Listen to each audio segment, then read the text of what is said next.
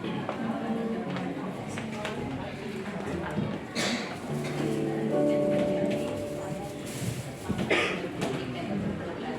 Bapak Ibu, selamat pagi. Puji nama Tuhan, menginjak tahun yang baru, biarlah iman dan pengharapan kita tetap kuat di dalam Tuhan. Amin. Haleluya. Mari kita satukan hati kita di dalam doa. Bapa di surga, kami bersyukur buat pagi hari ini. Terima kasih buat sepanjang tahun 2022 penyertaan atas kehidupan kami. Terima kasih buat kekuatan-Mu. Terima kasih buat damai sejahtera-Mu yang Kau berikan kepada kami. Terima kasih Tuhan jika iman dan pengharapan kami tetap di dalam Engkau. Dan biarlah di tahun yang baru, iman kami semakin kuat di dalam Engkau dan tidak tergoyahkan. Ajari kami melekat kuat kepadamu.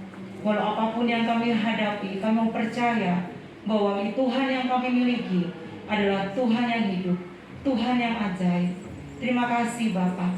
Kami menyerahkan ibadah kami pagi hari ini ke dalam tangan kuasa-Mu. Kami minta hadirat-Mu turun atas tempat ini, menguasai setiap hati kami. Di saat kami memuji menyembah Engkau, ada kuasa Tuhan yang turun atas kehidupan kami. Ada sukacita-Mu turun atas kehidupan kami. Terima kasih Bapa. Engkau memberkati jemaat-Mu yang masih dalam perjalanan. Tibakan di tempat ini tak kurang satu apapun. Terima kasih Tuhan Yesus, terima kasih. Hanya Engkau yang layak dipuji. Hanya Engkau yang layak menerima setiap pujian dan penyembahan kami, dan setiap hormat kami bagi Engkau. Terima kasih Bapa. Di dalam nama Tuhan Yesus Kristus kami berdoa dan mengucap syukur. Haleluya. Amin. Mari Bapak Ibu, di tahun yang baru kita tetap percaya bahwa Tuhan yang kita miliki adalah Tuhan yang hidup. Amin. Dan Dia layak dipuji dan disembah, dan Dia layak diagungkan. Sebab Dia Raja di atas segala raja, Dia Tuhan di atas segala Tuhan. Haleluya. Yesus.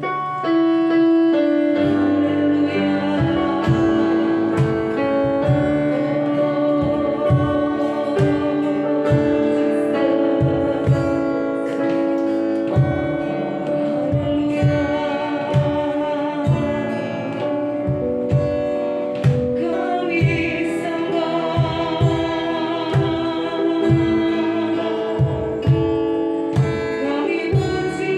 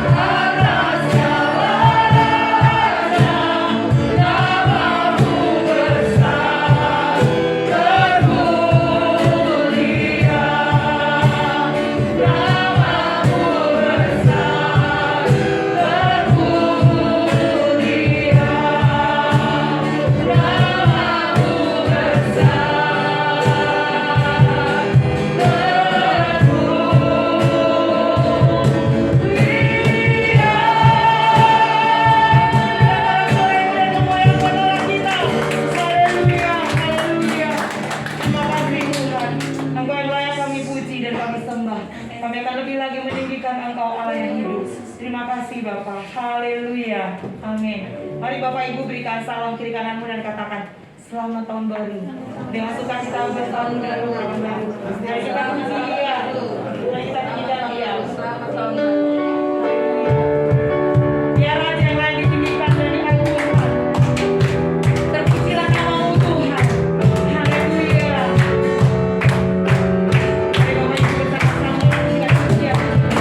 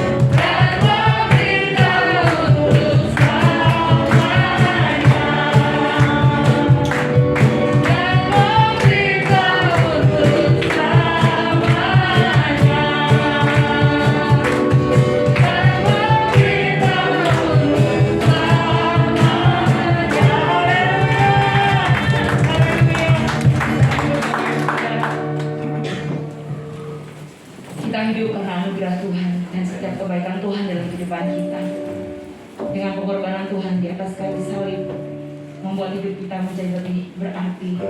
Mari pagi hari ini sebelum kita masuk dalam perjamuan kudus, mari kita menyiapkan hati kita, hidup kita kembali kepada Tuhan, meletakkan hidup kita kembali di atas nisbah Tuhan yang hidup, sehingga kita tidak bisa berkata apapun juga, kita bisa melakukan, kita bisa menyembah Dia, sembah Dia dan sembah Dia dan tinggikan Dia.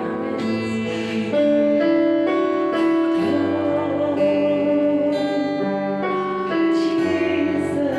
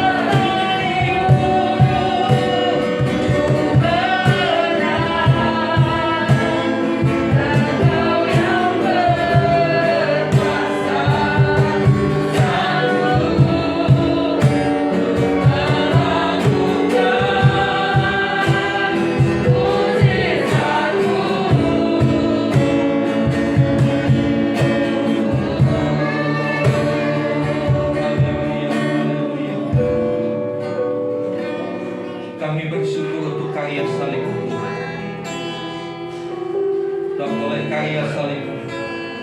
Hari ini kami boleh masuk tahun 2023, dan kami percaya karya salib masih berlaku sampai hari ini, masih berlaku sampai tahun 2023. Engkaulah pembebas, Engkau penyembuh, Engkau pemulih. Terima kasih Tuhan. Tuntun kami untuk kami menjalani tahun ini sesuai dengan apa yang Kau kehendaki. Terima kasih Tuhan. Berbicaralah, nyatakan isi hati-Mu untuk setiap kami. Kami umat-Mu siap mendengar. Terima kasih Bapa. Dalam nama Tuhan Yesus kami berdoa. Haleluya. Amin. Silakan duduk, saudara.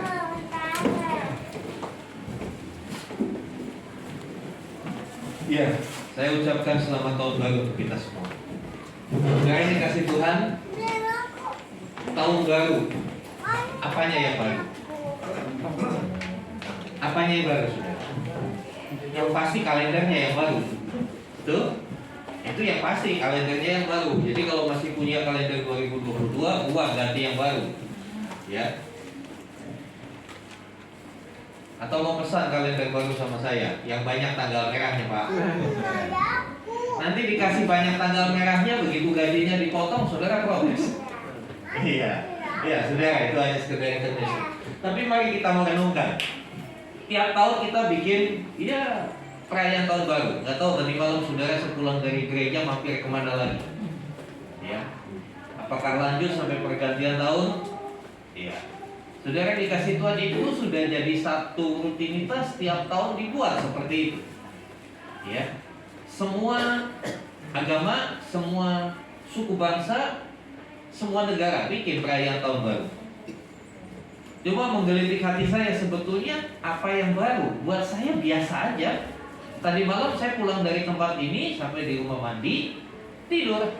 Masa bodoh dengan pergantian tahun? Karena buat saya pergantian tahun sama kayak hari-hari biasa. Saya tidur, istri saya bangunkan pas jam 12 kita berdoa bersama. Habis itu saya balik tidur lagi. Dari luar kubang api saya nggak dengar karena saya capek. Saudara dikasih Tuhan, iya. Ini menjadi perenungan buat kita. Tahun berganti tahun, selalu kita bilang tahun baru. Selalu kita bilang tahun baru. Pertanyaannya, apanya yang baru? Sebetulnya kalau kita merenungkan, pergantian tahun itu kan bicara masalah perputaran waktu. Perputaran waktu dari 1 Januari, ya, waktu berputar, waktu kita, ya, 1 hari 24 jam didasarkan pada rotasi bumi dan perjalanan bumi mengelilingi matahari. Itu berputar terus dan siklusnya seperti itu terus. Ya.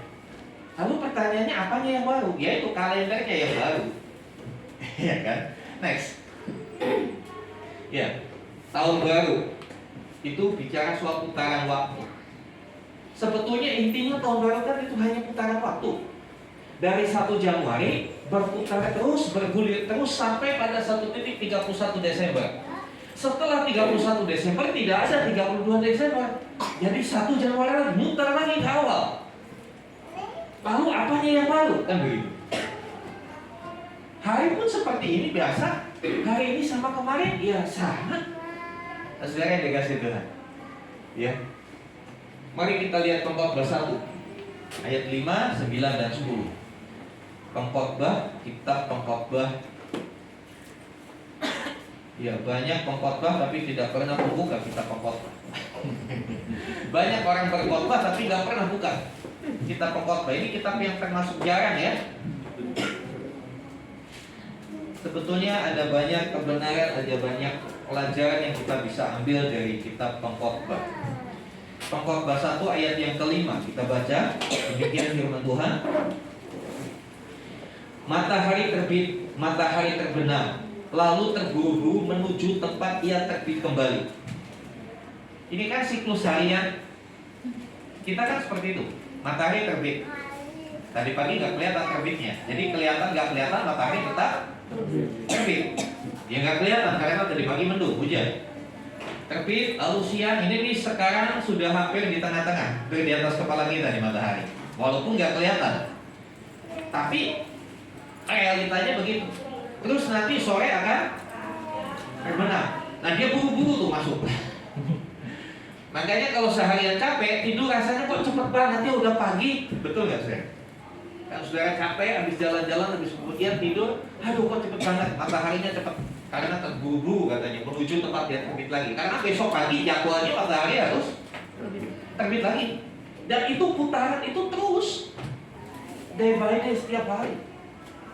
Dari 1 Januari sampai kemarin 31 Desember, balik lagi ke 1 Januari. Siklusnya seperti itu. Sekarang coba lihat ayat yang ke-9.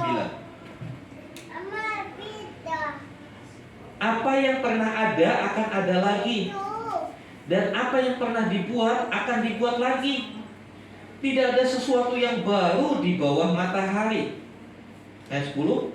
Adakah sesuatu yang dapat dikatakan lihatlah ini baru, tetapi itu sudah ada dulu, lama sebelum kita ada.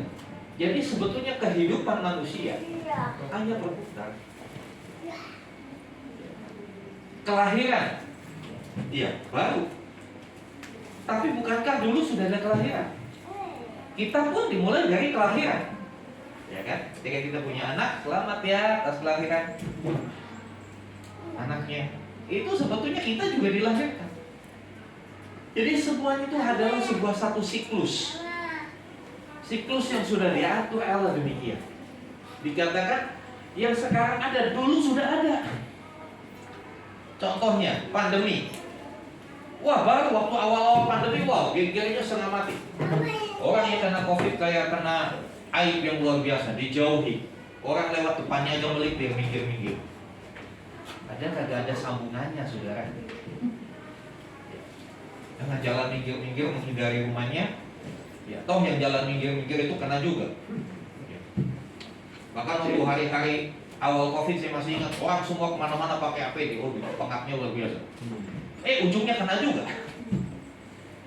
Dulu sudah ada pandemi seperti ini. Wabah-wabah itu di Alkitab sudah pernah ada, akan ada lagi, dan nanti akan muncul lagi. Itu sebuah siklus. Lalu apakah bisa dikatakan ini tahun baru? Ini tahun baru. Jadi sebetulnya lebih tepat ya selamat punya kalender baru gitu ya. Karena coba saudara renungkan, hari ini dan kemarin kan sama. Kita bangun, kita menghirup udara yang sama, ya. Ketika kita bangun, perut kita laparnya juga sama kalau pagi. Ya, kita makan, itu. Apa bedanya 2020 dengan 2022 dengan hari ini 2023? Hanya angka yang menunjukkan jumlah waktu yang kita lewati. Nah, bicara masalah waktu dalam bahasa Alkitab, bahasa Yunani itu ada dua. Next. Ya, waktu itu ada dua, ya. Yang pertama dipakai kata kronos. Kronos itu artinya urutan waktu. Urutan waktu, satuan waktu. Ya. Kronos, dari kata kronos kita familiar dengan kata kronologi. Ya kan? Kalau kita dengar, wah dia kecelakaan. Kita tanya kronologinya gimana kok bisa kecelakaan? Oh dia naik motor, kemudian HP-nya berderi, ambil HP sambil lihat motor. Dia nggak lihat di depan ada kendaraan.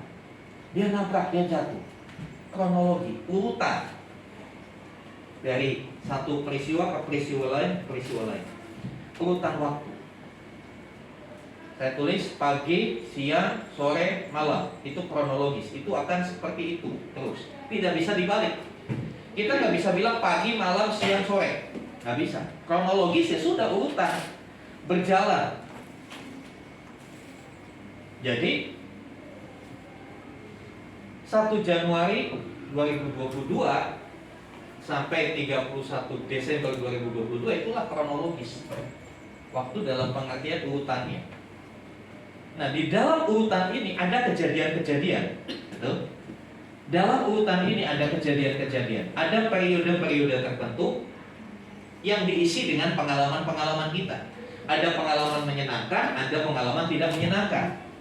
Ada pengalaman berdamai, ada pengalaman berkonflik.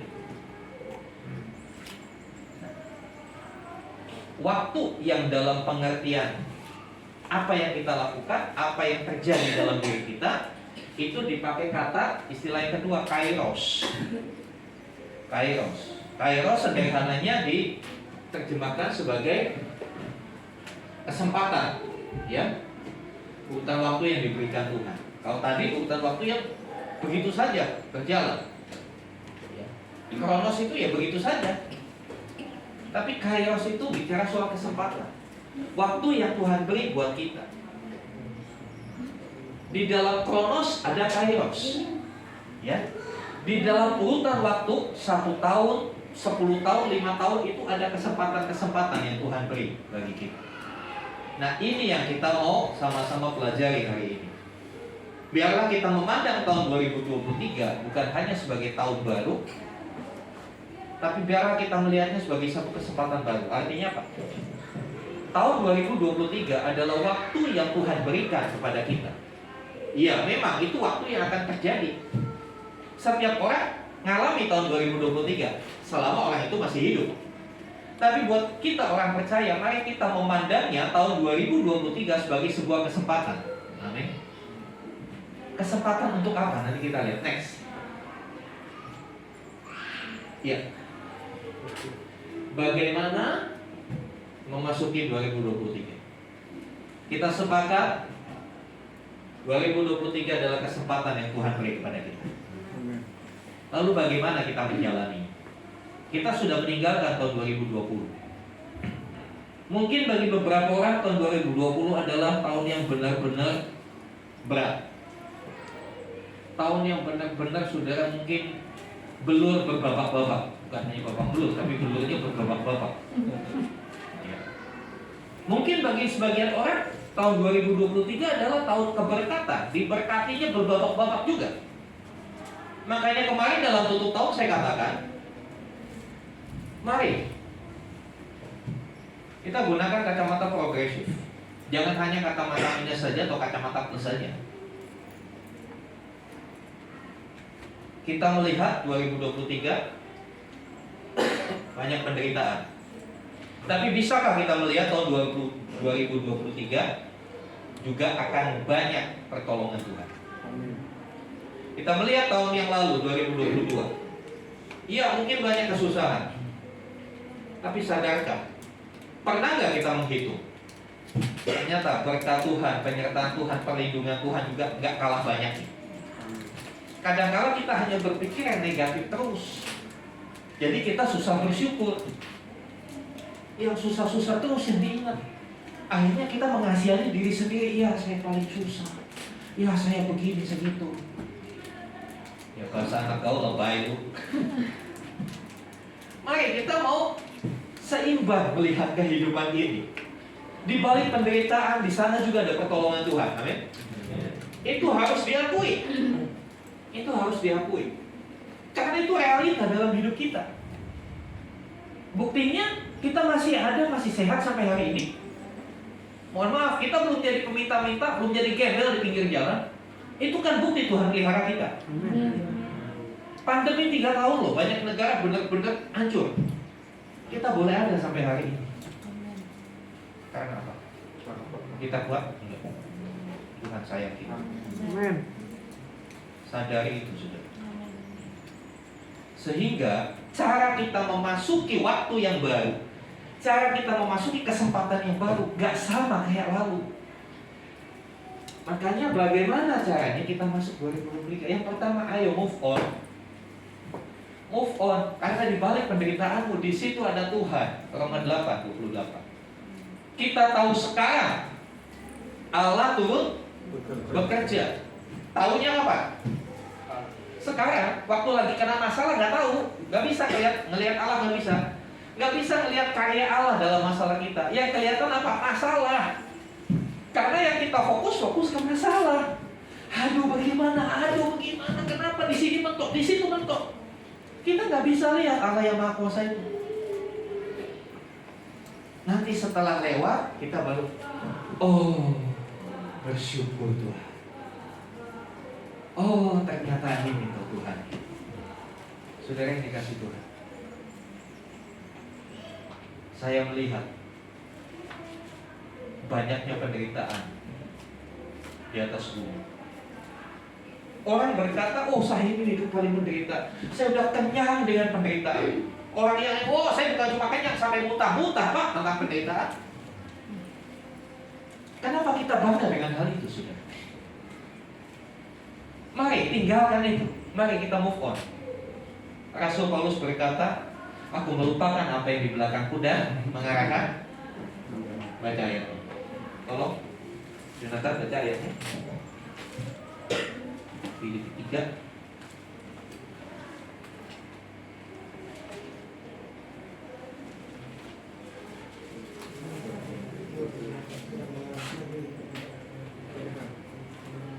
Saudara-saudara, aku sendiri tidak menganggap bahwa aku telah menangkapnya.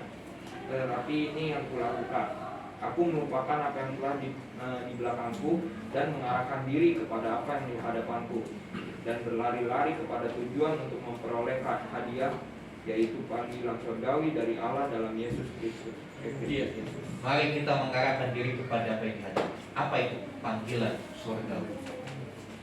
Melupakan yang di belakang. Peristiwa-peristiwa pahit, peristiwa-peristiwa menyakitkan, peristiwa-peristiwa kegagalan kita, kekecewaan kita, yuk lupakan. Move on, berjalan ke depan. Jangan berfokus kepada yang dulu. Dulu saya begini-begini. Demikian juga untuk masalah melupakan yang di belakangku juga bukan hanya melupakan hal-hal yang negatif. Keberhasilan masa lalu juga kadang-kala perlu kita tinggalkan supaya kita bisa meraih keberhasilan yang lebih besar dari masa lalu.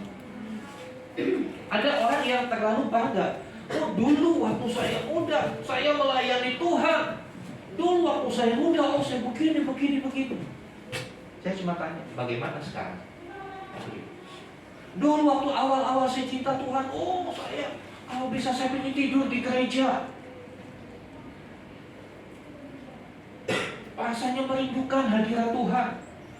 Kalau doaku rasanya cepat selesai. Lalu sekarang, aduh, kok gak selesai ya? Pakai doa syafaat lagi, keliling dunia lagi, doain sana sih. Kadang-kala setelan kita harus setel ulang. Makanya momen tahun baru, pergantian baru itu buat saya mereset ulang segala sesuatu di kehidupannya. Saya setel ulang. Saya bikin penyesuaian dengan gerakan Tuhan. Kita harus bikin settingan ulang, setelan ulang untuk hidup kita. Apakah hidup kita sudah selaras dengan geraknya Tuhan? Atau justru kita sedang bergerak maunya sendiri? Ini yang penting di awal tahun saya katakan. Ya. Mari lupakan yang di belakang, arah ke depan. Yang di belakang jadikan pembelajaran buat kita. Kalau yang lalu pernah salah, berusahalah supaya itu menjadi tugu peringatan ke depan kita nggak bikin salah yang sama. Jangan diulang-ulangi salahnya, nggak naik-naik kelas, saudara. Kalau udah nggak naik-naik kelas, lama-lama drop out, saudara. Yang kedua, saudara, setelah kita move on, yuk, apa yang kedua?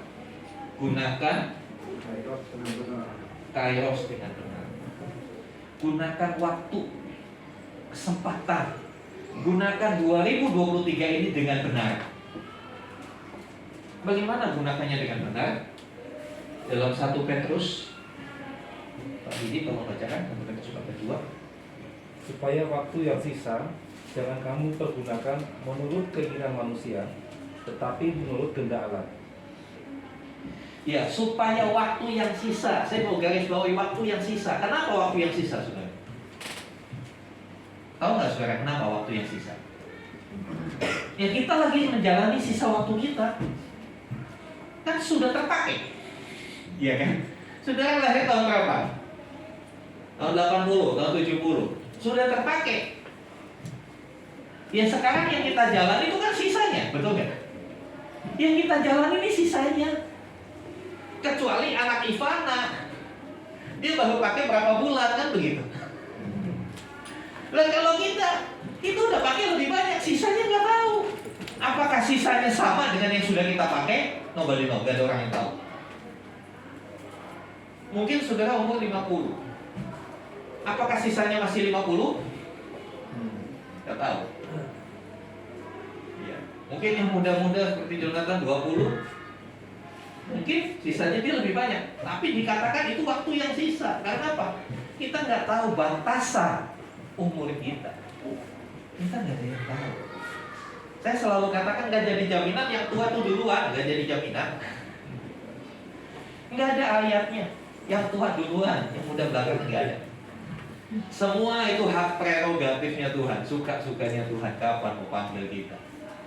Oleh sebab itu peringatan Rasul Paulus ini, biarlah ini menjadi cambuk menyadarkan kita supaya waktu yang sisa, waktumu ini sisa loh. Udah tinggal dikit, kalau sisa tuh gimana sih? Ya sisa ya dikit, kan? Ya seperti handphone saya. Ya. Di ujung handphone saudara ada sisa tuh. Ada yang menunjukkan sisanya berapa? Baterai. Ujung atas kan ada angkanya tuh baterai. Sisanya berapa persen lagi kan? Ya itu sisanya. Bagaimana kita gunakan yang sisa itu? Itu yang harus jadi pemikiran kita hari ini. Saudara yang dikasih Tuhan, bagaimana cara menggunakan waktu yang sisa?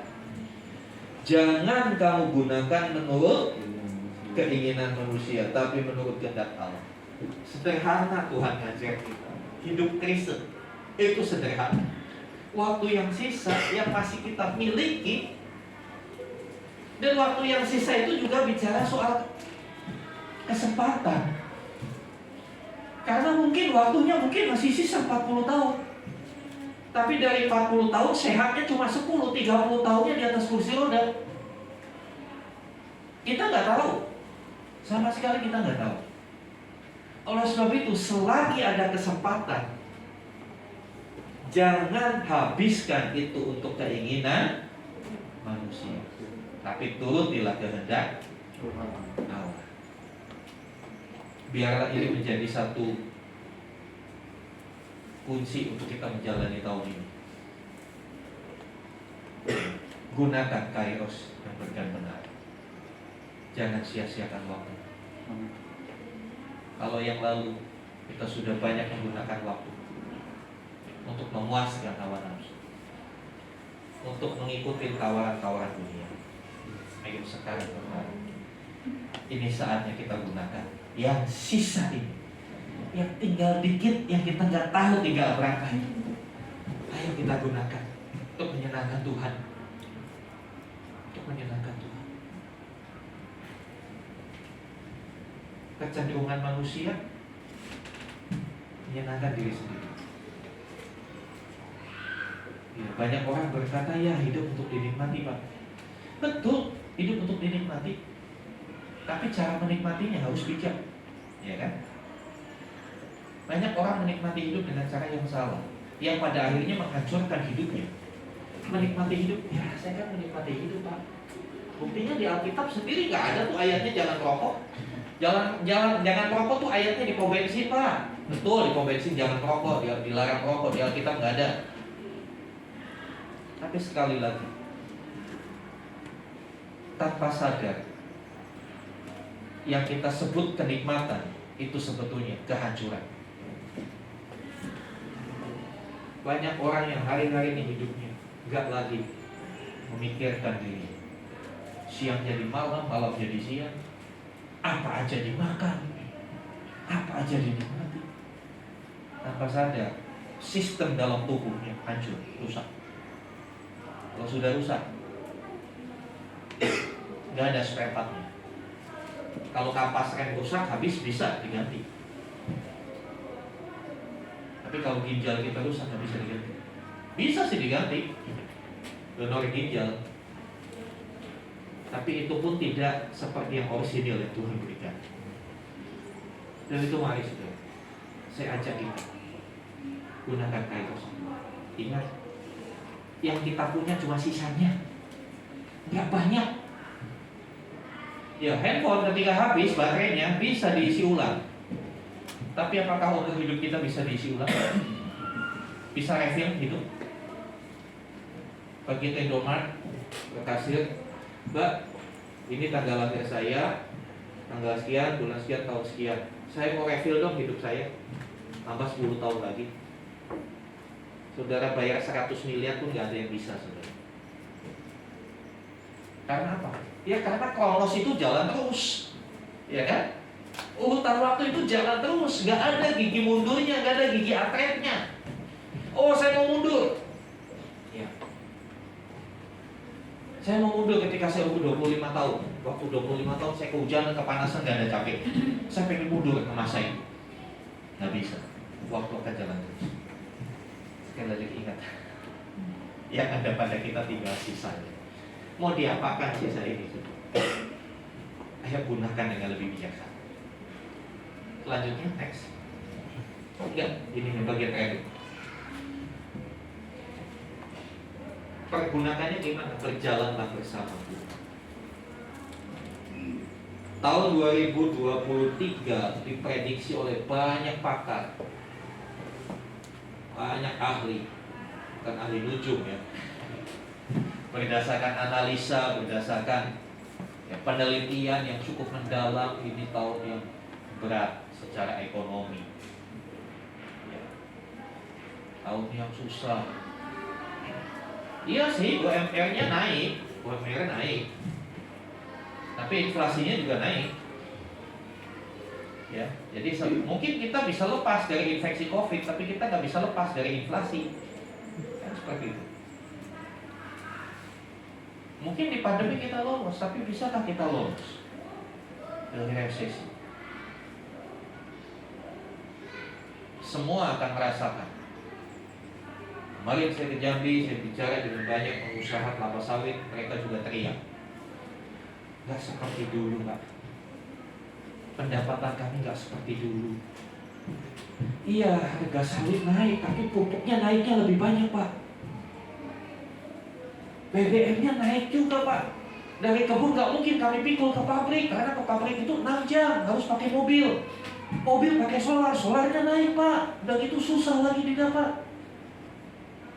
Beberapa mereka katakan pernah ada masa-masanya kebun sawitnya nggak dipanen. Kenapa? Biaya panen sama biaya angkutan lebih mahal dari harga sawitnya. Jadi dibiarkan itu buah busuk, pohon jatuh sendiri. Itulah kondisi dunia. Karena memang Alkitab berkata dunia ini sedang lenyap. Kalau kita masih taruh hati kita di dunia, kita pun akan dilenyapkan. Bagaimana supaya nggak lenyap? Ayo berjalan bersama dengan Tuhan. Matius 28 ayat 20 jelas sekali berkata. Saya mempelajari kitab Injil, saya benar-benar terpesona dengan cara Tuhan bekerja. Di Matius pasal awal dia perkenalkan diri sebagai Immanuel, Tuhan beserta kita. Di Matius pasal yang terakhir, ayat yang terakhir, coba lihat Matius 28. Matius 28 ayat 20, ayat terakhir dari Matius. Di sana dikatakan begini. Dan ajarlah kami melakukan segala sesuatu yang telah kuperintahkan kepadamu, dan ketahuilah apa? Aku menyertai kamu senantiasa sampai kepada di awal dia lahir menyatakan diri sebagai Immanuel, Allah beserta kita. Di akhir dia tetap, dia konsisten. Allah kita itu Allah yang konsisten, gak seperti kita selalu berubah-ubah. Di akhir dia tetap berkata, aku menyertai kamu senantiasa sampai kepada akhir zaman. Dia siap menyertai kita. Pertanyaannya, kemana kita? Lu kemana aja? Tuhan menyertai kita. Kita yang gak mau disertai, kita yang mau jalan mau maunya kita, Kita yang lebih suka sendiri. Dan Tuhan gua sendiri aja, ini kan urusan gua. Tuhan kan nggak pernah ikut-ikutan bisnis. Tuhan nggak pernah urusan pacaran. Jadi itu urusan saya. Tuhan nanti itu Tuhan itu urusan nanti di gereja. Kalau di gereja nah baru Tuhan. Urusan dagang, urusan jual, urusan saya. Tuhan berkata, aku mau menyertai. Kenapa kita menolak menyertai Tuhan? Ketika engkau adalah seorang ayah atau seorang ibu, engkau ingin menyertai anakmu, tapi anakmu menolak, seperti apa perasaan? Sakitnya tuh di sini. Kebayang nggak kadang kalau Tuhan kecewa sama kita? Ketika Dia mau menyertai kita, tujuannya Dia menyertai kita tuh supaya kita aman, selamat sampai tujuan. Tapi kita menolak. Kita asik dengan cara kita, kita asik dengan gaya kita, bahkan lebih parah kita asik dengan dunia. Tapi Dia tetap konsisten sampai akhir. Dia tetap berkata, aku menyertai kamu. Aku menyertai kamu. Saudara yang dikasih Tuhan, mari di tanggal 1 hari pertama 2020, hari kedua dan seterusnya dalam perjalanan kronos ini, kita mau tetap bersama dengan Tuhan. Ambil satu komitmen, Tuhan, Tuhan pegang tangan, jangan pernah lepaskan aku. Aku tidak dapat jalan sendiri, Tuhan. Bagi banyak orang ini tahun berat. Karena itu kita perlu sisipkan kata K, huruf K di tengah berat. Berat, taruh K di tengahnya. Jadi apa? Berkat. Mau berat atau mau berkat? Tahu caranya? Taruh K. Hadirkan K di tengah hidup. Apa itu K? Kristus. Hadirkan Kristus di tengah bisnismu, hadirkan Kristus di tengah sekolahmu, hadirkan Kristus di tengah pekerjaan. Maka yang berat itu akan berubah jadi berat. Amin. Iya, kita ketika melibatkan Kristus, kita tetap di posisi yang sama, di perusahaan yang sama, di usaha yang sama, di lingkungan yang sama, di masalah-masalah yang sama. Tapi Kristus itu akan memberikan jalan keluar untuk setiap kesulitan kita. Kadang-kala kita butuh Tuhan. Tapi ketika kita libatkan Allah, kita akan lihat caranya Tuhan itu out of the book. Caranya Tuhan itu nggak seperti biasa. Dia kreatif banget bikin cara untuk menolong kita. Ya, dia kreatif banget bikin cara untuk menolong kita. Saudara yang dikasih Tuhan, kadang-kala kita terpola dengan cara-cara beberapa peristiwa dalam pelayanan Tuhan Yesus. Suatu kali dia ketemu dengan seorang yang lumpuh. Dia berdiri dia ada di samping kolam Bethesda. Di kolam itu kadangkala ada malaikat Tuhan turun. Tandanya apa? Tandanya airnya goyang. Nah, ketika air goyang, orang-orang sakit itu berlomba terjun ke kolam itu. Yang terjun pertama sembuh. Dan realitanya begitu, sehingga itu menjadi satu metode, menjadi sesuatu yang dibakukan. Oh, harus terjun pertama kalau mau. Nah, orang lumpuh ini gak mungkin bisa cepat ke situ. Yang tuli bisa melihat, bisa cepat. Yang mungkin punya penyakit jantung atau apa bisa cepat. Tapi yang lumpuh gak bisa bergerak, dia pasrah. Ketika Tuhan Yesus tanya, dia bilang, kan harus terjun dulu baru bisa sembuh. Ya saya gak ada yang tolong, gimana? Waktu percakapan, awal-awal percakapan, orang lumpuh ini menurut pemahaman saya, dia berpikir kalau mau tolong saya udah, kamu Yesus di sebelah saya, nanti kalau airnya goyang, tolong bokong saya masukin ke situ, iya kan? Iya. Karena dia udah punya konsep sembuh kalau nyemplung pertama, nggak ada yang tolong, jadi tolong sama-sama saya di sini tunggu airnya goyang. Kapan airnya goyang? Entah. Bisa besok, bisa seminggu lagi, bisa 3 bulan lagi. Di sini sama-sama saya, temani saya. Tapi kalau goyang, bawa saya, cemplungin saya ke situ. Tapi Tuhan Yesus buat sesuatu yang out of the box, buat sesuatu yang anti mainstream, buat sesuatu yang berbeda. Makin berjalanlah. Selesai, nggak tunggu airnya goyang. Kadang-kala kita berpikir seperti ini. Kadang-kala dunia ini membatasi cara kerja Tuhan. Tuhan bisa kerja dengan caranya dia, karena dia maha kuasa, dia maha kreatif. Bisa aja, caranya ada aja. Kadang-kala kita berpikir berkat itu datang kalau jualan kita laris, kalau begini, begitu, begini, begitu. Di awal saya masih ingat kesaksian om saya. Om saya itu seorang yang setia ke gereja. Walaupun dia dalam keterbatasannya dia nggak terlibat pelayanan, tapi dia setia. Dia nggak pernah mau meninggalkan hari minggunya untuk ibadah. Waktu Krismon, goncangan terjadi. Usahanya sepi. Ditawari banyak hal usaha-usaha lain. Tapi waktu itu nggak tahu kuat di hatinya dia untuk beli dolar, beli mata uang dolar. Padahal seumur hidup dia nggak pernah beli mata uang dolar, kecuali kalau pemain falas ya, valuta asing, dia pasti paham. Ini om saya nggak ngerti apa-apa, dia cuma jual onderdil aja, bukan toko onderdil dia jualan. Dia tahu berbagai onderdil, baut dari nomor paling gede atau paling kecil dia hafal. Tapi untuk dolar dia nggak mau. Tapi aneh, waktu awal Krismon 98 kuat dia untuk beli dolar. Usahanya dia itu kongsian sama temennya. Temennya bilang, udah kita mumpung begini sebelum harga naik, beli spare part sebanyak-banyaknya. Istilahnya kulakan gitu, mumpung harga masih murah, bentar lagi naik, beli sebanyak-banyaknya. Banyak keluar duit, dia nggak mau, dia bilang enggak, saya nggak mau. Ini kesempatan untuk beli sebanyak-banyaknya spare part, ya kan? Mumpung masih murah kan beli, nanti mau naik. Ya kan, pedagang kan begitu, kalau harga mau naik, borong dulu, borong. Supaya nanti kalau naik, dia belinya harga murah, dia jual harga baru, dapat untung, dapat cuan banyak. Tapi om saya nggak mau, dia hanya kuat beli dolar, dia ambil depositonya, dibeli dolar semua. Saudara tahu apa yang terjadi? Hanya butuh waktu 1 hari, dolar dari 2000 naik ke belasan ribu. Untungnya berlipat kali tanpa harus stok barang.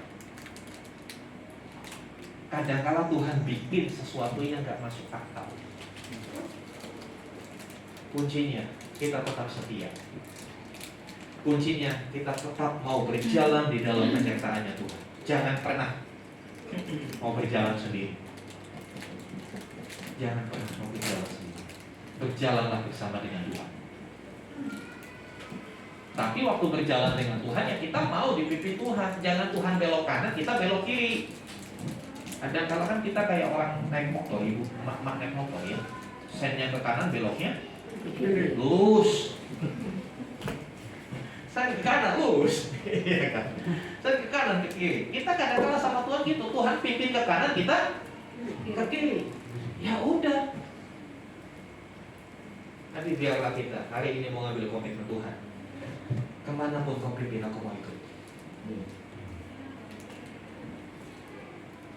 Saya akhiri dengan satu ayat di dalam Mazmur 23. Saya belum catat di sini. Mazmur 23.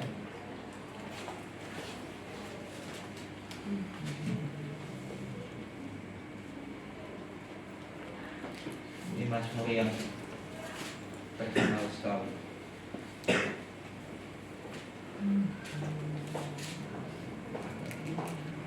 Mazmur 23 ayat 4. Ini ayat buat saya luar biasa. Mazmur 23 ayat 4. Sekalipun aku berjalan dalam lembah kekelaman, aku tidak takut bahaya, sebab Engkau besertaku. Gadamu dan tongkatmu itulah yang menghibur. Mazmur 23 ini Mazmur gembala. Daud memposisikan dirinya sebagai domba di hadapan Tuhan yang adalah gembala. Dia memposisikan sebagai domba. Kira-kira kalau seekor domba lewat lembah kekelaman takut nggak? Harusnya takut. Kenapa? Lembah kekelaman, saya mempelajari istilah lembah kekelaman itu seperti apa. Kondisi geografis di Israel itu berbukit-bukit. Kadang-kala bukit tinggi, batu karang curam, kemudian ada lembah. Lembah itu memang banyak pohon, rimbun, banyak semak-semak. Tapi karena dikelilingi oleh batu, dia kelam, gelap. Dan lembah kekelaman itu habitatnya binatang-binatang liar.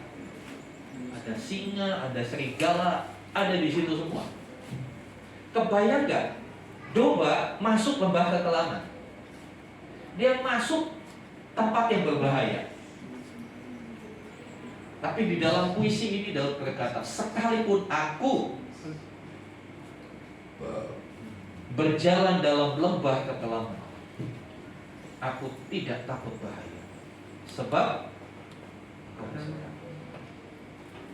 Kadangkala gembala-gembala Israel, karena daerah Israel itu nggak seperti kita, di mana-mana ada rumput, nggak ditanam aja rumput tumbuh kan? Di halaman saudara kan rumput nggak ditanam, ada yang pernah tanam rumput? Nggak ada. Tapi rumput tinggi-tinggi, semak-semak tinggi-tinggi. Saudara dikasih Tuhan. Kadangkala gembala-gembala di sana, geografisnya padang gurun, susah cari rumput, sehingga untuk mendapat rumput mereka harus membawa kawanan dombanya itu lewat gunung batu yang terjal, lewat lembah yang gelap. Untuk apa? Untuk mendapat rumput yang segar. Di awal ayat 2, ia membaringkan aku di padang yang berumput hijau, ia membimbing aku ke air yang tenang. Nah, untuk mencapai rumput hijau dan air tenang, kadangkala harus lewat ayat yang keempat, harus lewat lembah kelam, harus lewat masa-masa yang penuh bahaya. Kenapa Daud berkata, aku tidak takut bahaya? Karena dia mempercayai siapa yang memimpin. Yang memimpin adalah gembala yang baik. Yang memimpin itu pasti akan membawa dia kepada yang berumput hijau. Dan dia juga yakin yang memimpin itu punya kemampuan melindungi dia, punya kemampuan memproteksi dia dari setiap ancaman bahaya di lembah kekelaman. Saudara yang dikasih Tuhan, dari Mazmur ini kita belajar. Banyak pakar mengatakan 2022 adalah tahun lembah kekelaman. Tapi saya mau katakan, kalau kita mau berjalan bersama Sang Gembala Agung, kita nggak perlu takut lewat tahun kekelaman. Karena pada akhirnya kita akan jumpai padang yang berumput hijau. Pada akhirnya kita akan menjumpai air yang berumput. Di tengah lembah kekelaman pun kita bisa melihat mujizat Tuhan. Next. Ya. Jadi kesimpulannya saudara, masuk tahun baru, mulai tinggalkan cara hidup yang lama. Gunakan kesempatan tahun 2023 untuk jalan melakukannya bersama dengan Tuhan. Ingat, kita hanya punya sisa. Waktu kita hanya sisa. Sisanya nggak tahu berapa banyak. Kalau sisa baterai kita bisa kelihatan, sisa hidup kita nggak ada yang tahu. Umurnya handphone bisa aktif, bisa ada notifikasinya. Umur hidup kita nggak ada yang tahu. Mari waktu yang sisa kita mempergunakan sebaik-baiknya. Kita mengambil komitmen pagi hari ini. Tuhan, aku mau gunakan setiap kesempatan ini. Tahun ini adalah kesempatan. Ayo kita melakukannya bersama dengan Dia. Percayalah, Gembala yang Agung gak akan membawa kita tinggal lama-lama di dalam lembah kekelaman. Lembah kekelaman akan berakhir, digantikan dengan padang yang berumput hijau. Mari sama-sama kita berdiri dan datang pada Tuhan.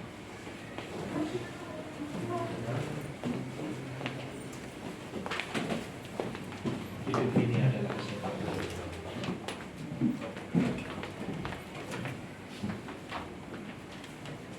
Sebelum kita masuk ke perjamuan kudus, mari kita mau mengubah cara berpikir kita.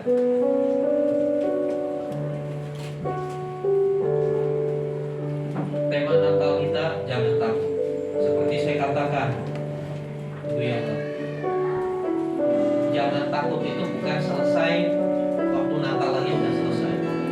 Tapi jangan takut itu adalah pesan yang sama untuk tahun ini juga.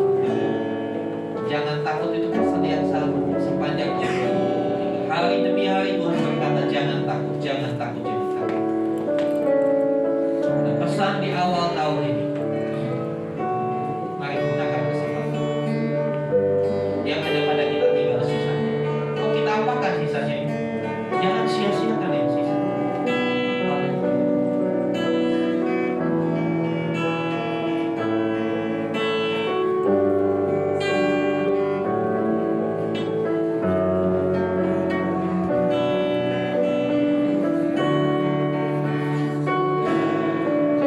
Berikan pujian ini, hidup ini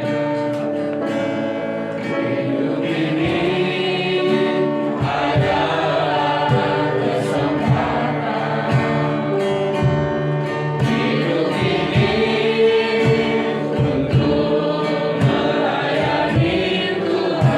Yang tahun lalu belum terlibat pelayanan, hidup ini kairos dari Tuhan.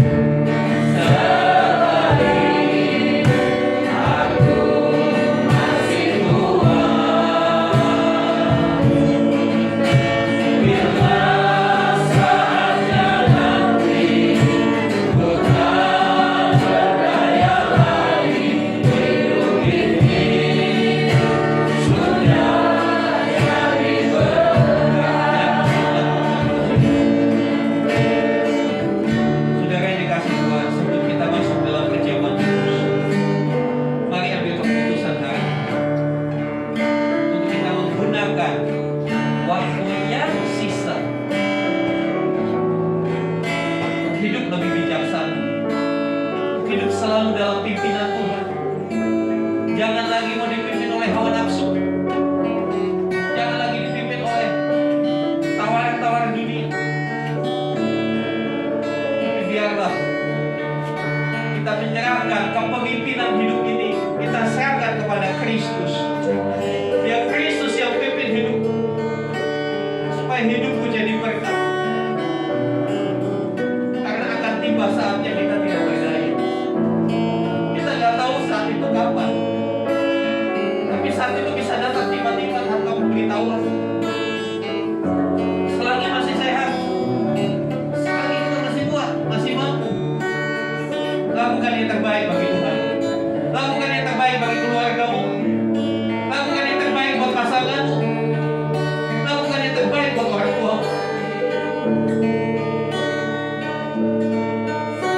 Sisanya singkat, saudara. Sisanya singkat. Saya sebagai gembala pun gak tahu berapa lama lagi hidup saya. Tapi yang pasti, hidup ini ada batasnya. Hidup ini ada batasnya. Kita gak akan hidup 1000 tahun. Mari yang sisa ini kita mau gunakan.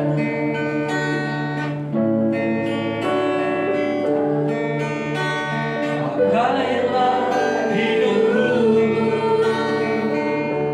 selagi aku masih kuat. Bila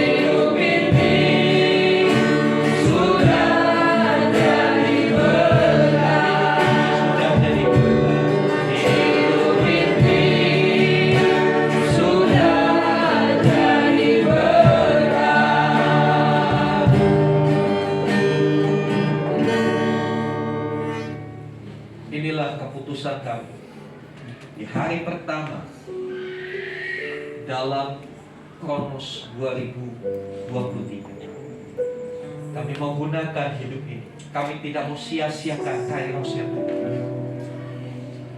Untuk kami hidup seturut kehendak Tuhan.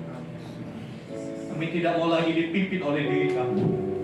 Kami tidak mau lagi dipimpin oleh hawa nafsu kami. Kami tidak mau lagi dipimpin oleh dunia ini. Tapi dengan penuh kesadaran, kami yang mengangkat tangan, kami menyerahkan kepemimpinan hidup kami kepada Sang Kristus, Gembala yang agung itu. Dan kami tahu, walaupun kami harus lewati lembah kegelapan, di balik itu semua ada padang yang berumput hijau, ada air yang tenang, ada keselamatan pemulihan buat jiwa kami. Terima kasih buat kebenaran. Sebentar kami masuk dalam perjamuan kudus. Biar ini boleh menjadi meterai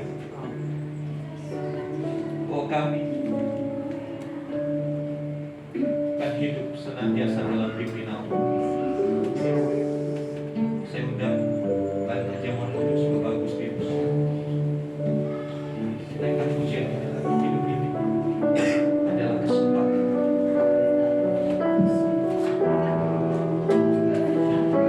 Karyanya di atas kayu salib memberikan kesempatan kepada kita. Adalah kesempatan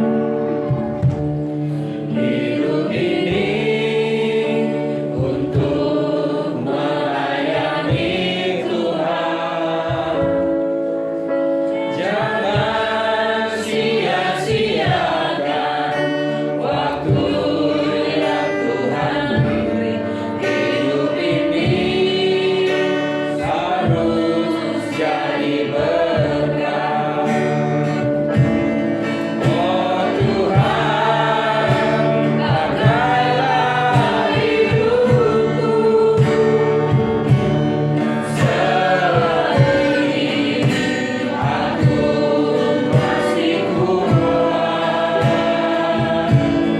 Bila saja nanti ku tak berdaya lagi, hidup ini sudah jadi berkah.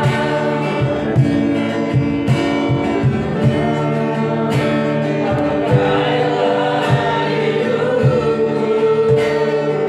hidupku selagi aku masih kuat.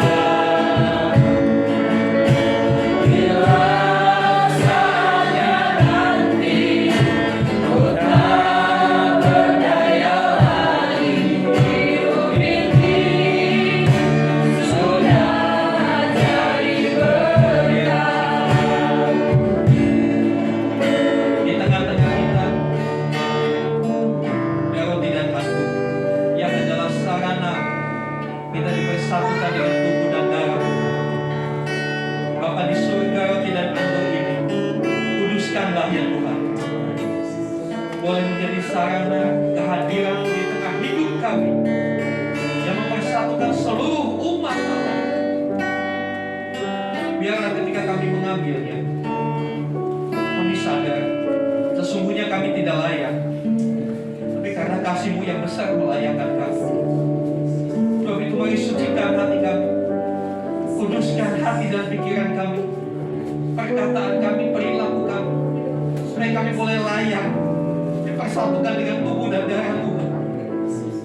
Karena perjamuan kudus adalah sesuatu yang sakral.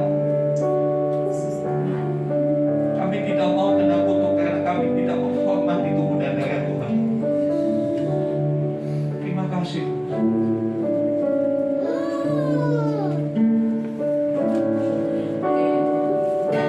Silakan saudara mengambil tubuh dan darah dengan penuh hormat, dengan penuh penghayatan. Pengorbanannya di atas kayu salib tidak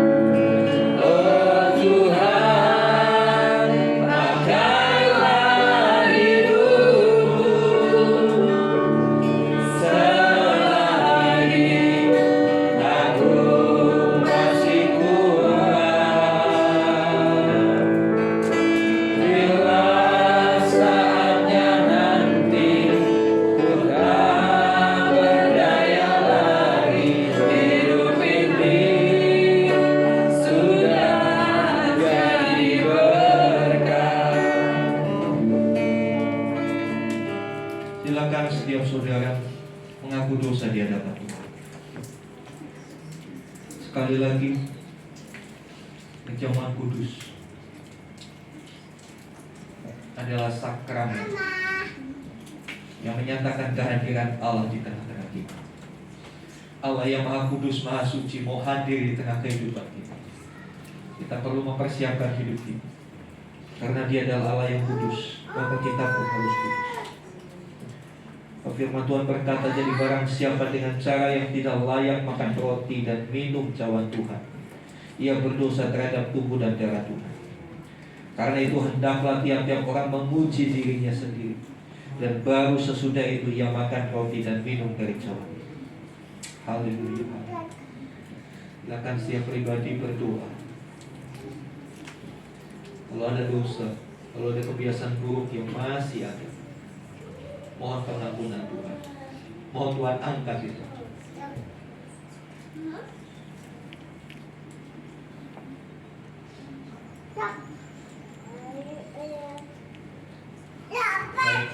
Mari persiapkan roti. Haleluya. Kita angkat tinggi roti. Haleluya, haleluya. Dengarkan firman Tuhan. Sebab apa yang telah kuteruskan kepadamu, telah aku terima dari Tuhan, yaitu bahwa Tuhan Yesus pada malam waktu Ia diserahkan, mengambil roti, dan sesudah itu Ia mengucap syukur atasnya. Ia memecah-mecahkannya dan berkata, inilah tubuhku yang diserahkan bagi kamu. Perbuatlah ini menjadi peringatan akan aku.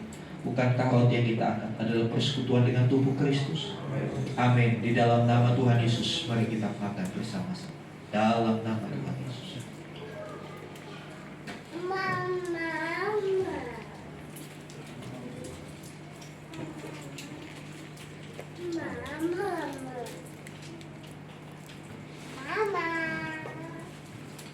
Haleluya, haleluya. Terima kasih Tuhan untuk tubuh yang sudah dihancurkan begitu rupa di atas kayu salib. Semua itu untuk menebus pemberontakan kami, menebus kekerasan hati kami, menebus kelicikan kami. Terima kasih Tuhan, terima kasih. Mari kita angkat cawan. Hormati darahnya yang sudah tercurah di atas kayu salib. Darah dari orang yang tidak berdosa dicurahkan sebagai penebus dosa kita semua. Dengarkan firman Tuhan. Demikian juga yang mengambil cawan sesudah makan, lalu berkata, cawan ini adalah perjanjian baru yang dimeteraikan oleh darahku. Perbuatlah ini setiap kali kamu meminumnya, jadi peringatan akan aku.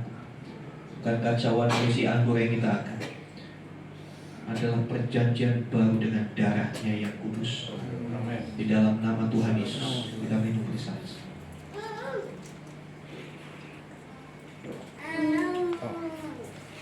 Haleluya, haleluya. Haleluya, haleluya. Haleluya, ucapkan syukur saudara. Naikkan syukur. Naikkan syukur. Orang batas syukur. Terima kasih. Terima kasih Tuhan. Terima kasih. Terima kasih. Terima kasih Tuhan. Kairos yang Tuhan beri 2023. Ini adalah kairos buat kami. Ini adalah kesempatan untuk kami semakin berakar di dalam Kristus. Kesempatan untuk kami bertumbuh di dalam iman kami. Dan juga kesempatan untuk kami menghasilkan buah sesuai dengan pertobatan kami. Supaya pada akhirnya hidup kami tidak sia-sia. Supaya sisa waktu yang kami masih punya, kami boleh gunakan dengan bijaksana. Terima kasih Tuhan. Terima kasih untuk tubuh dan darah yang sudah mempersatukan kami. Karena Engkau ada dalam hidup kami.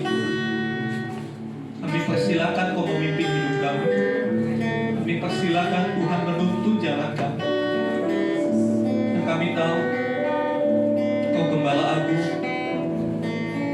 pasti akan membawa kami ke padang yang berumput hijau. Kau pasti membaringkan kami di tepi air yang tenang. Berkat-berkat jasmani, terlebih berkat rohani, dan Kau sediakan bagi setiap kami di tahun 2020. Kami mau raih itu semua. Kami mau yakini tidak ada satupun berkat yang akan tercecer. Apa yang sudah ditentukan bagi kami, biarlah kami boleh raih itu semua. Di dalam ketaatan, kami akan berjalan bersama dengan Tuhan. Di dalam ketaatan, kami akan mengikut Tuhan. Di dalam kecintaan yang penuh akan Tuhan, kami mau melayani Tuhan. Kami mau memberi hidup kami bagi Tuhan. Karena Tuhan sudah lebih dulu memberi hidupnya bagi kami. Terima kasih Tuhan. Terpujilah, terpujilah kasih karya. Kau terlalu baik, terlalu mulia. Sungguh kasih-Mu tidak terkatakan. Terima kasih Tuhan. Di dalam nama Tuhan Yesus kami berdoa. Haleluya. Amin. Silakan duduk Bapak Ibu saudara yang dikasih Tuhan.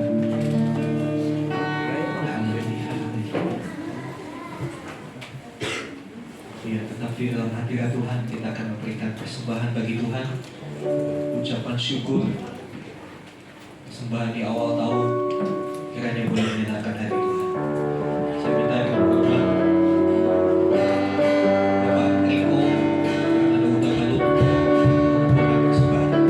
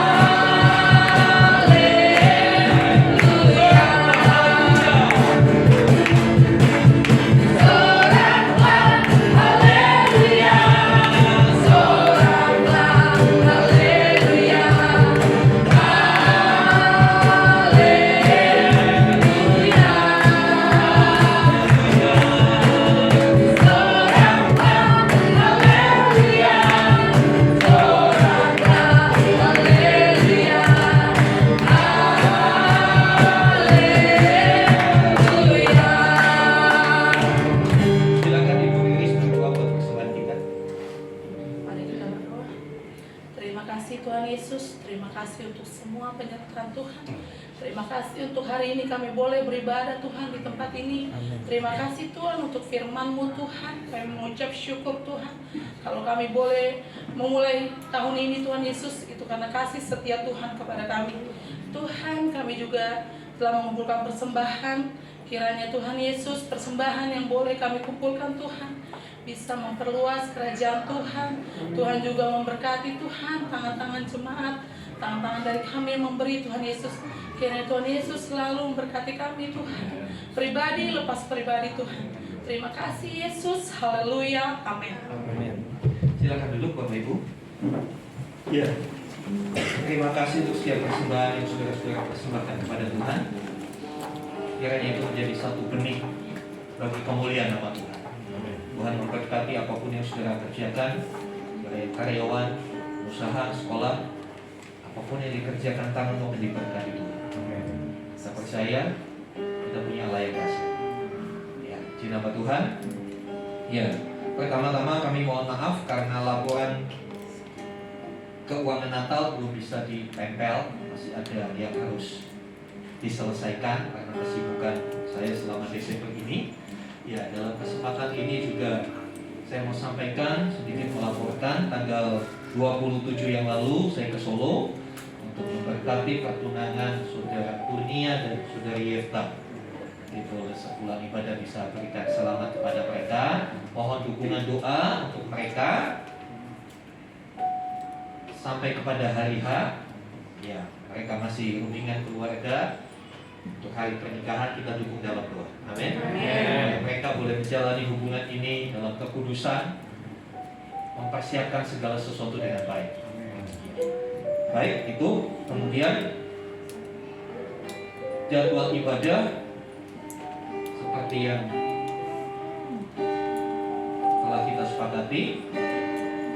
Ibadah minggu jam 10 hanya hari ini. Ya, jadi minggu depan jangan datang jam 10, nanti telat.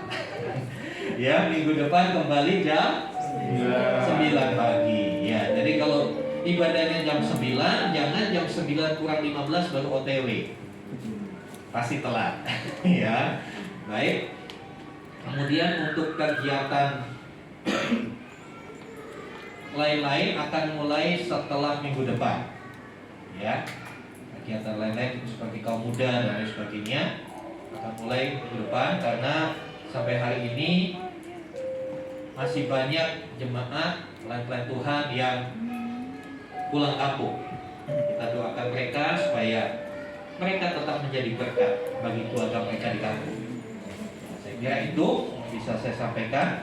Sekali lagi terima kasih untuk dukungan Bapak Ibu dalam acara Natal kita. Ingat, tahun depan, bukan tahun depan ya, tahun ini. Itulah kadang-kadang kronos itu begitu. Semua dibatasi. Tahun ini, tahun depan, ya. Tahun ini beberapa bulan ke depan persiapkan diri untuk kita kembali reket keluarga jilid 2. Jadi pastikan Anda menabung. Ya. Pastikan Anda menabung.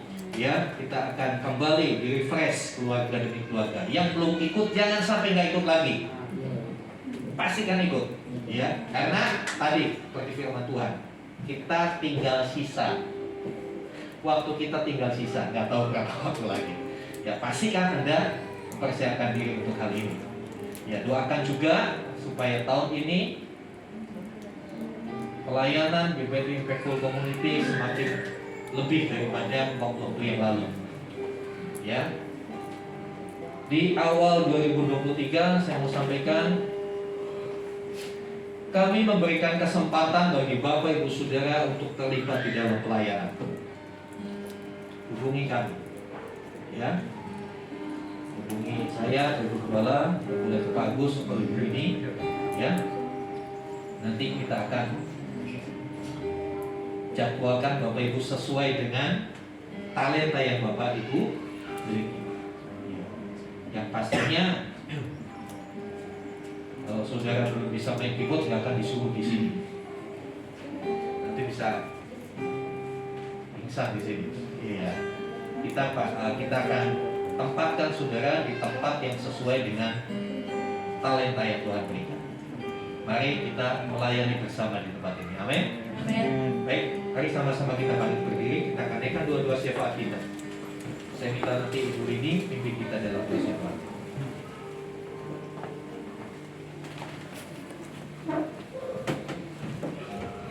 Bapak Ibu Saudara, mari kita bersatu di dalam doa. Bapak yang maha baik, Bapak yang penuh kasih, kami mengucap syukur Tuhan di awal tahun 2023 ini. Engkau masih memberi kami kesempatan, Engkau masih mengizinkan kami untuk kami terus melayani pekerjaan Tuhan.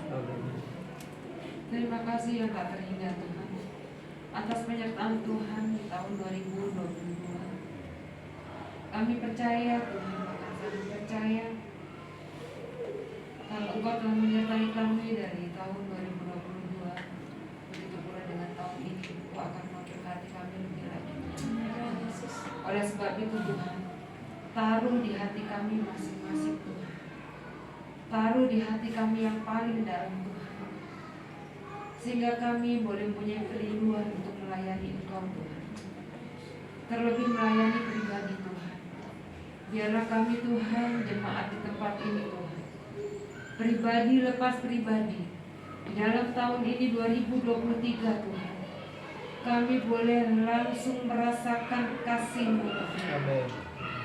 Kami boleh senantiasa mengucap syukur yang tak henti-hentinya Tuhan. Karena Engkau Tuhan telah lebih dulu memberkati, menyertai kami sampai pada akhirnya nanti Tuhan. Biarlah setiap kami jemaat-Mu di tempat ini menjadi seorang pemenang Tuhan. Menjadi seorang pemenang sampai garis finish kami yang telah Tuhan tentukan Tuhan. Oleh sebab itu Tuhan, pakai hidup kami, sisa hidup kami ini Tuhan, baik dari yang termuda sampai yang tertua Tuhan. Biarlah kami memberikan hidup kami, memberikan diri kami hanya kepada-Mu Tuhan. Kami menyembah Engkau Allah yang agung, Allah yang maha kuasa, Allah pencipta langit dan bumi. Tidak ada satu kuasa pun yang bisa menandingi Engkau Tuhan. Oleh sebab itu Tuhan, biarlah kami menjadi pelaku firman, tidak hanya membaca dan mendengar, tetapi yang terlebih menjadi pelaku firman Tuhan, sehingga melalui kami nama-Mu boleh dipermuliakan, dan Engkau Allah dari segala Allah Tuhan Yesus. Mengucap syukur Tuhan untuk ibadah ini Tuhan. Kami percaya Tuhan, kalau pagi hari ini Tuhan, kami boleh berada di tempat ini karena Engkau yang memberi kekuatan pada kami, Engkau yang memberi nafas hidup kami Tuhan. Terima kasih Tuhan. Biarlah setiap kami menjadi orang yang tahu diri siapa kami ini Tuhan, sehingga kami hanya mengucap syukur Tuhan. Terima kasih Tuhan. Tuhan, pada saat ini Tuhan, terima kasih untuk Bapak Gembala kami Tuhan, yang telah setia untuk membimbing kami untuk lebih baik lagi Tuhan. Memberkati kesehatan beliau, memberkati pelayanan beliau Tuhan untuk tahun 2023 ini Tuhan. Biarlah Bapak dan Ibu boleh terus membimbing kami untuk kami lebih baik lagi Tuhan. Biarlah kami boleh bertobat dari dosa-dosa kami Tuhan, dari segala sesuatu yang tidak berkenan di hadapan-Mu Tuhan. Kami mohon Tuhan mengurapi hamba-hamba-Mu ini Tuhan, Bapak Obajairah Faradi Budian, Ustadz putrinya Tuhan. Terima kasih Tuhan, mengucap syukur kesehatan keluarga kami, mengucap syukur untuk wilayah di tempat ini yang boleh menerima kami untuk beribadah Tuhan. Biarlah Tuhan memberkati RT/RW tempat ini, para tetangga kami Tuhan, sehingga kami belum menjadi terang dalam lingkungan kami di tempat ini Tuhan Yesus. Kami juga percaya Engkau Allah melihat kebutuhan kami, Engkau akan mencukupkan apa yang kerinduan kami Tuhan, Engkau akan memberikan kami gereja permanen di tempat ini Tuhan. Terima kasih Tuhan, memberkati presiden kami Bapak Jokowi beserta staf-stafnya Tuhan. Biarlah di sisa kepemimpinan beliau Tuhan berikan hikmat-Mu Tuhan, untuk dia boleh memaksimalkan Tuhan Yesus sebelum beliau ada penggantinya Tuhan. Kami juga berdoa untuk pengganti dari presiden kami, Tuhan berikan orang yang benar-benar takut akan Engkau, membuat Indonesia lebih maju lagi. Terima kasih Tuhan, kasih Roh Kudus, berkati dari keamanan di negara kami, dan juga memberkati di mana setiap kami tinggal Tuhan. Terima kasih Tuhan, kami mau pulang, Tuhan juga memberkati setiap perjalanan kami Tuhan. Tapi Bapa, biarlah sebelum kami pulang, kami boleh menerima berkat-Mu lebih lagi melalui hamba-Mu. Terima kasih Tuhan. Bapak, kami menyerahkan saudara-saudara kami yang sementara berlibur kampung halaman, jadikan mereka berkat bagi keluarga mereka. Setiap perjalanan, baik darat, udara, kendaraan pribadi, Tuhan menyertai. Jauhkan dari mara bahaya. Dan biar mereka akan kembali bersama-sama dengan kami di waktu yang akan datang, membawa cerita-cerita yang baik, kabar-kabar yang baik, yang membuat kami bersukacita. Terima kasih Tuhan. Jadikan kami berkat untuk orang-orang yang ada di sekitar gereja ini. Ada tukang-tukang yang seringkali kami jumpai di sekitar kami. Biarlah kami boleh menabur kasih, menabur senyum, menabur sapa yang baik, sehingga kehadiran kami memberkati mereka. Berkati mereka Tuhan. Apapun yang mereka kerjakan Tuhan berkati. Beri kesempatan untuk kami menceritakan kebenaran sejati di dalam Kristus Yesus kepada mereka. Terima kasih. Bapak Ibu Saudara yang dikasih Tuhan, arahkan hatimu kepada Tuhan. Buka hatimu dan angkatlah kedua tanganmu. Dan sekarang terimalah rahmat anugerah dari Bapa di surga, di dalam kasih dan karya Tuhan Yesus, bersama-sama penyertaan pengurapan Roh Kudus. Terimalah berkat-berkat jasmani, terlebih lagi berkat rohani. Jadilah berkat di mana Tuhan menempatkan kita. Karena itu pergilah, jadikanlah semua bangsa murid. Baptislah mereka dalam nama Bapa dan Anak dan Roh Kudus. Dan ajarlah mereka melakukan segala sesuatu yang telah kuperintahkan kepadamu. Dan ketahuilah aku menyertai kamu senantiasa sampai kepada akhir zaman. Demikianlah Tuhan Yesus akan datang kembali, menjemput kita, membawa kita masuk dalam kebahagiaan kekal. Supaya di mana Tuhan Yesus berada, di situ pun kita boleh berada. Haleluya. Terima kasih Tuhan. Di dalam nama Tuhan Yesus kami berdoa. Haleluya. Amin.